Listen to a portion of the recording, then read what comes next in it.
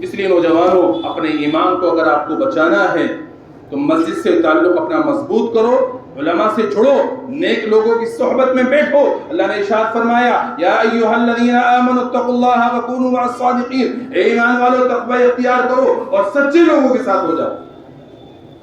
تو تقوی اگر ہم اختیار کرنا چاہتے ہیں تو اس کے لیے شرطیں ہیں کہ ہم سچے لوگوں کے ساتھ میں بیٹھیں، تبھی ہماری زندگی کے اندر تقوی آئے گا۔ اس لیے ہم سب مسجد سے اپنا تعلق مضبوط کریں، علماء کرام سے جڑ کر رہیں، کیونکہ علماء بھی بہت ہیں دنیا کے اندر، لیکن ان علماء سے جڑیے جو علماء آپ کے علاقے کے ہیں، آپ کے جانے پہچانے ہیں، آپ ان کے شب و روز سے یعنی دن و رات کے اعمال سے واقف ہیں، آپ ان علماء سے جڑیے۔ یہ جو فیس بک پر علماء چل رہے ہیں، یوٹیوب پر جو علماء ہیں، ان کا مجھے اور آپ کو علم نہیں ہے کہ ان کے شب و روز کیا ہیں، ان کے اعتقاد اور اعمال، ان کے عقائد اور اعمال کیا ہیں، مجھے اور آپ کو معلوم نہیں ہے۔ ہم تو صرف ان کے لچھے دار بیان سے، ان کے لباس سے متاثر ہو کر کے ان کی باتوں کو مان لیتے ہیں۔ اس لیے اپنے مقامی علماء سے جن کو آپ بہتر سمجھتے ہیں، آپ ان سے جڑیے، اور ان کی پہچان یہ ہے جو بھی سنت پر عمل کرنے والا ہے وہ اللہ کا ولی ہے، اور جو سنت سے دور ہے وہ اللہ کا ولی قطعاً بھی نہیں ہو سکتا۔ اس لیے میرے نوجوانوں، علماء سے جڑ کر رہو اور مساجد سے جڑ کر رہو، اور اگر کوئی بھی بات آپ کو ایسی معلوم ہوتی ہے جو نئی بات ہے، آپ فوراً عالم سے رجوع کریں۔ آپ کو عالم صاحب، مفتی صاحب بتائیں گے یہ بات صحیح ہے یا غلط ہے۔ جب تک آپ کو علم نہ ہو جائے اس وقت تک آپ اس بات پر یقین نہ کریں۔ اگر آپ ایسا کرتے رہیں گے آپ کا ایمان سلامت رہے گا، ورنہ ایمان سلامت رہنا بڑا مشکل ہو جائے گا۔ اور یاد رکھو، اگر ایمان سلامت نہیں رہا تو دنیا میں کتنے ہی بھلائی کے کام کر لینا، جنت میں داخلہ نہیں ملے گا۔ جنت میں داخلے کے لیے ایمان شرط ہے، بغیر ایمان کے جنت میں داخلہ۔ انشاءاللہ سب کوشش کریں گے اس بار، اللہ تعالیٰ اپنے فضل سے عمل کی توفیق عطا فرمائے۔ میرے بزرگوں، آج کی رات میں آتش بازی بہت ہوتی تھی، اللہ کا فضل عظیم ہے، آج مجھے ابھی تک کسی آتش بازی کی آواز نہیں آئی۔ جب میں یہاں آیا تھا بہت زیادہ آتش بازی ہوتی تھی، اللہ کا احسان عظیم ہے، سمجھاتے سمجھاتے اس وقت تک پہنچے کہ اب آتش بازی ختم ہو گئی۔ یہ روڈوں پر گھومنا پھرنا یہ بھی کم ہو گیا ہے، لیکن آج جو میں آپ کو سمجھا رہا ہوں، آج آپ اس کو بالکل ختم کر دیجئے گا۔ یہ بھی ہمیں انشاءاللہ نہیں کرنا ہے، اور جتنا بھی اللہ کی جانب سے توفیق مل جائے بس ہمیں عبادت کرنی ہے۔ اور میرے بزرگوں، کچھ لوگ ایسے ہیں جن کی اس رات میں اللہ تعالیٰ بخشش نہیں فرماتے۔ ان میں سے ایک مشرک ہے، شرک کرنے والا، ان میں سے ایک رشتے ناتوں کو توڑنے والا ہے، ان میں سے ایک کینہ رکھنے والا ہے، ان میں سے ایک شراب کا عادی ہے، ان میں سے ایک والدین کی نافرمانی کرنے والا ہے، ان میں سے ایک وہ شخص بھی ہے جو ٹخنوں سے نیچے پائجامہ، پینٹ، لنگی کو لٹکاتا ہے۔